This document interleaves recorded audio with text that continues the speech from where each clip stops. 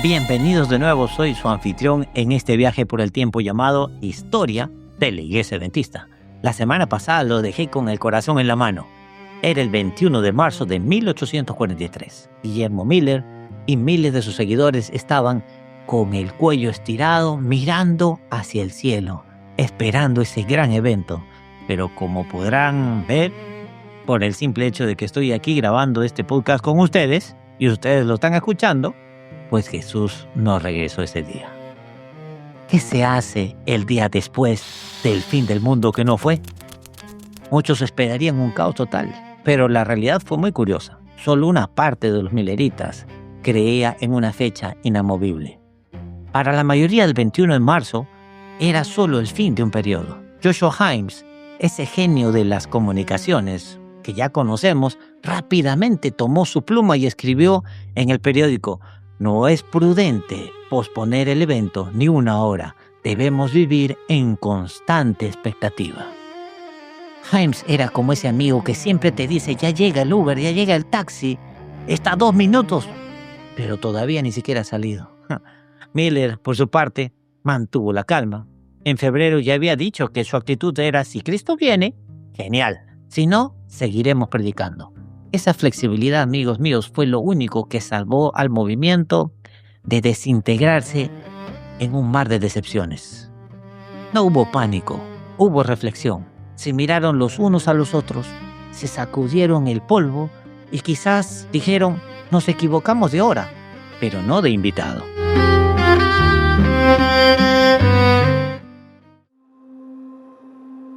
Cuando las cosas no salen como esperas, ¿qué haces? Pues si eres un millerita de 1843, te sumerges en la Biblia hasta que las páginas echen humo, ¿verdad? Bueno, ¿qué es lo que hicieron ellos? Buscaron consuelo en las historias de antaño. Se detuvieron en la historia de Noé. Piénselo por un momento.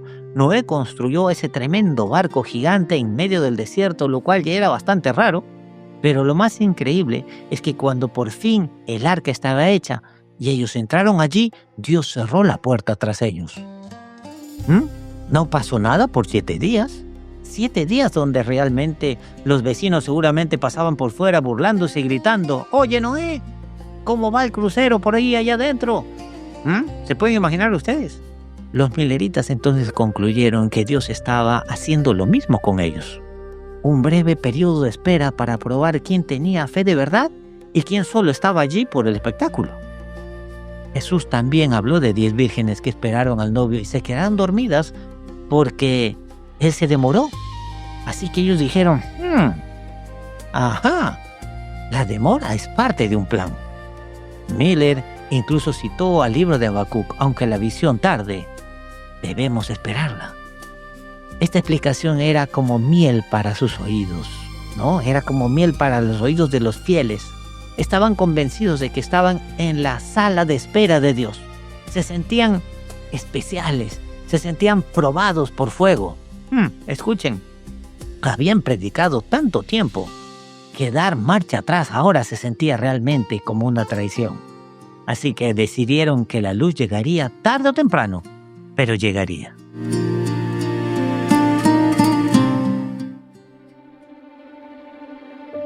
Pero claro, la fe es hermosa, pero Miller era un hombre de números. Joshua Himes y otros líderes intelectuales como Joshua Lynch empezaron a sospechar que el sistema de fechas tenía un bug, como decir, un error de sistema.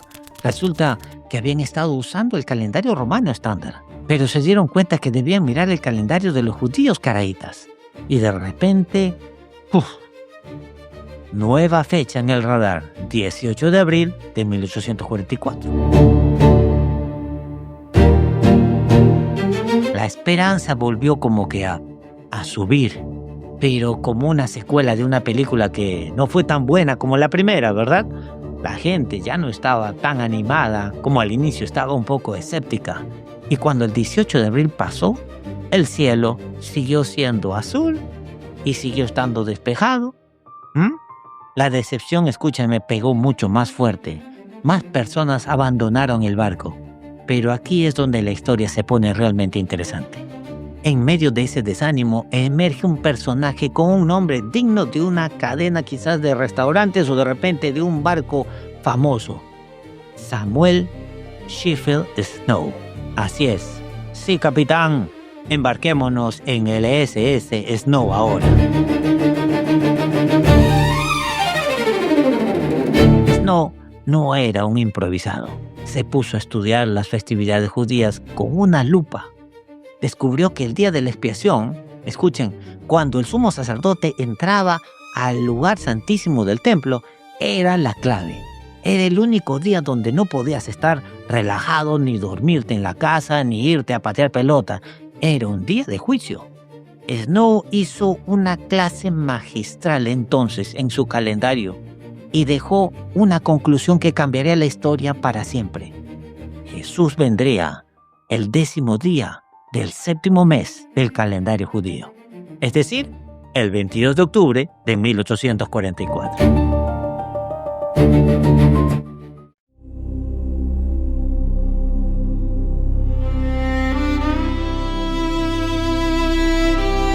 Esta es la fecha que hoy todos recordamos, la que se volvería viral antes de que existieran inclusive las redes sociales o el internet.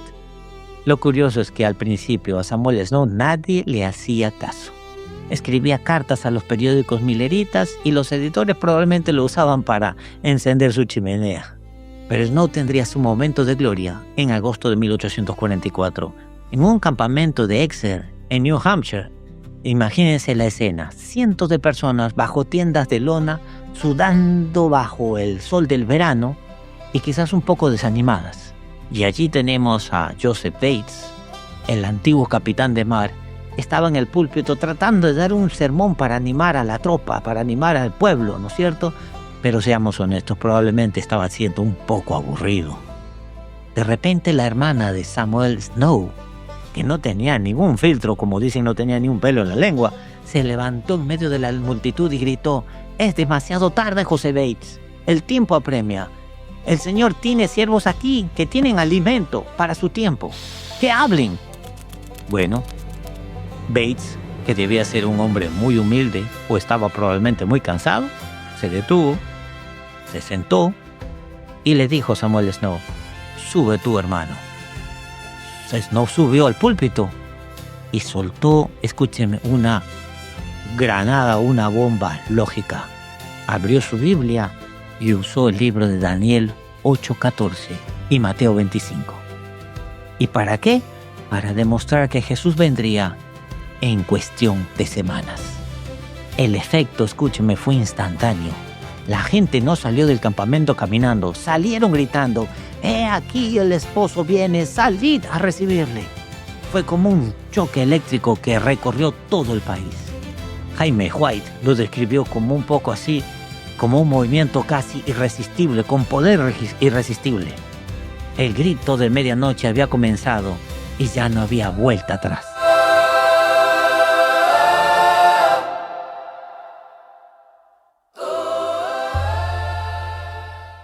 Con la fecha del 22 de octubre marcada en el calendario con tinta roja, el movimiento milerita entró a un estado que solo podemos describirlo como una fiebre espiritual. Imagínense la escena en los pueblos de Nueva Inglaterra. La gente estaba convencida hasta la médula de sus huesos de que a este mundo le quedaban solamente unos cuantos días. ¿Y qué haces cuando crees que el tiempo se acaba? Pues cosas que a los ojos del mundo parece una locura total, ¿verdad? Muchos granjeros dejaron que sus cosechas de papas, cosechas de manzana, se pudrieran en los campos. Otros cerraron sus tiendas y pusieron carteles que decían: «Cerrado por el regreso del Señor».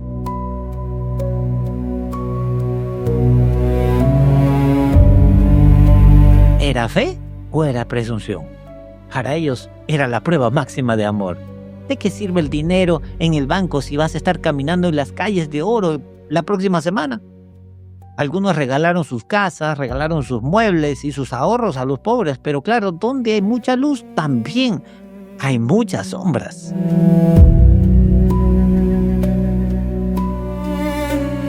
El movimiento era tan grande que atrajo a algunos personajes, digamos, personajes muy peculiares, Un predicador en Filadelfia convenció a 150 personas que debían huir de las ciudades como si fuera Sodoma y Gomorra, imagínense. Los líderes como Guillermo Miller y Himes intentaban desesperadamente mantener el orden, pero el mensaje ya era un gigante fuera del control. La prensa se burlaba, los vecinos murmuraban. Para los milleritas el ruido del mundo ya no importaba realmente. Solo importaba ese tic-tac, tic-tac, tic-tac del reloj profético que se acercaba y se acercaba a la medianoche.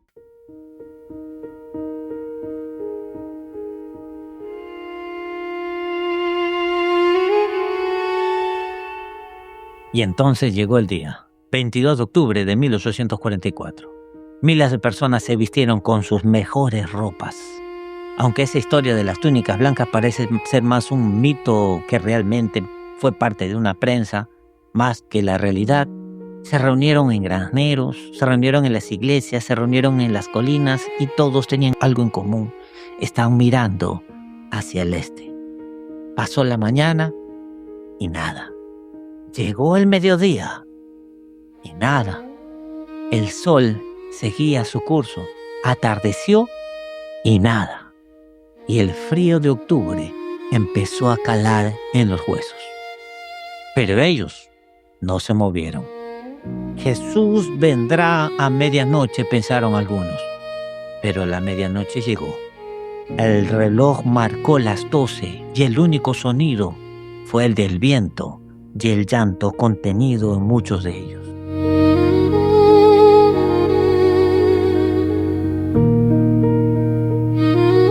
Hiram Edson, un granjero fiel, escribió después que sus esperanzas se hicieron realmente pedazos. Lloramos y lloramos hasta que salió el sol, confesó. Imaginen ese amanecer del 23 de octubre. Fue el amanecer más amargo de sus vidas. No solo era el dolor de que Jesús no vino, era una bofetada de volver a la realidad. Muchos ya no tenían sus casas, no tenían comida que comer, no tenían trabajo. Y lo peor, las burlas. Los niños en las calles le gritaban: oye, ¿qué haces aquí? ¿No que ayer te habías ido al cielo? Fue un chasco que caló realmente hondo, un trauma colectivo que dejó a miles de personas en un estado de shock espiritual. El silencio del cielo fue ensordecedor.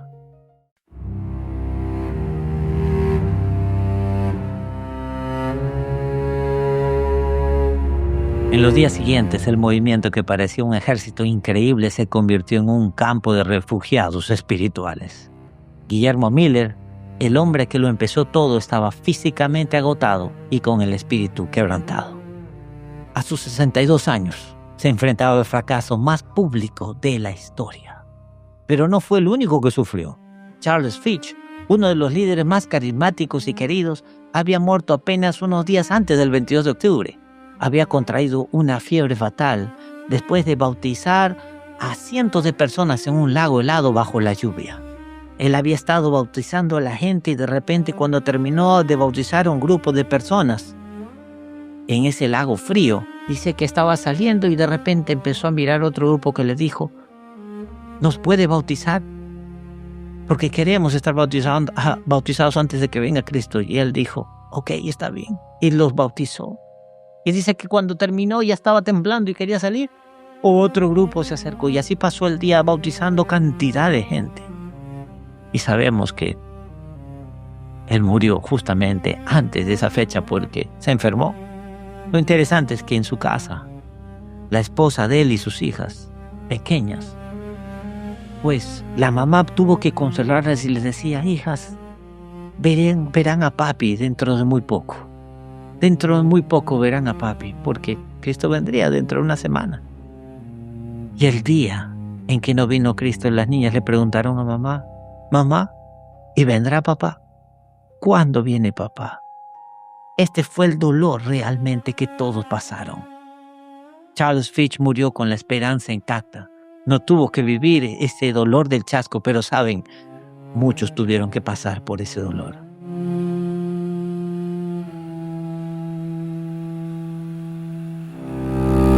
Para los que se quedaron, como Himes, como Lynch, la tarea era titánica. ¿Cómo evitar que la gente se muriera de hambre o de desesperación?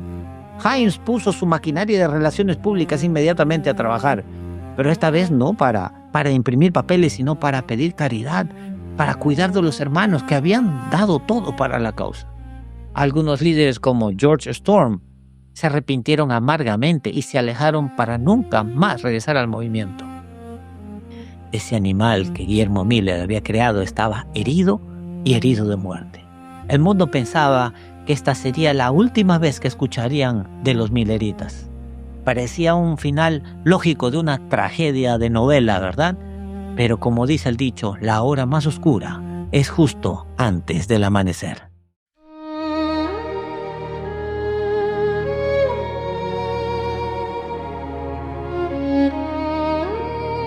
Pero amigos, la historia de Dios no termina en un chasco.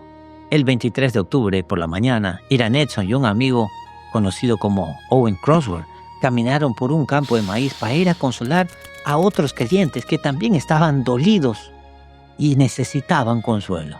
De repente, en medio de los surcos de ese maizal, Edson se detuvo en seco. Sintió algo, una impresión poderosa que le recorrió por el cuerpo. Mientras tanto, Owen Crosswell había seguido caminando allí y volteó y lo miró parado. Y le dijo: hermano Irán, ¿viene o no viene? No sabía que Edson estaba allí bajo una impresión muy fuerte. No vio a Jesús bajando la tierra, pero entendió algo que nadie había visto. La fecha era correcta, pero el lugar estaba equivocado.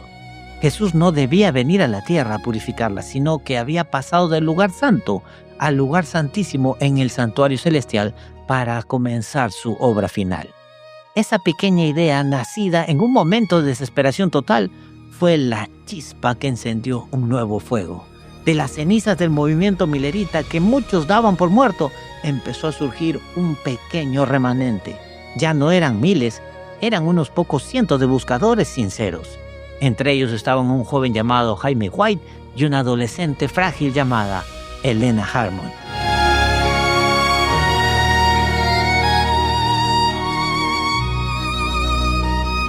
Lo que el mundo vio como un fracaso ridículo, Dios lo estaba usando para podar el árbol y dejar solo las raíces más fuertes.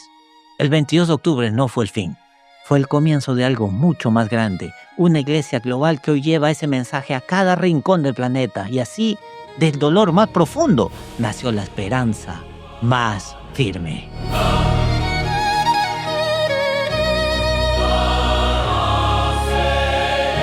Gracias por acompañarnos en este episodio de la historia de la Iglesia Adventista. Recuerden suscribirse a nuestro canal de YouTube. No olviden de activar esa campanita. Denle like si les gustó este programa y compártanlo con otros para que otros también puedan ser bendecidos. Nos vemos en el próximo episodio donde la luz empieza a brillar con más fuerza que nunca. Que el Señor los bendiga.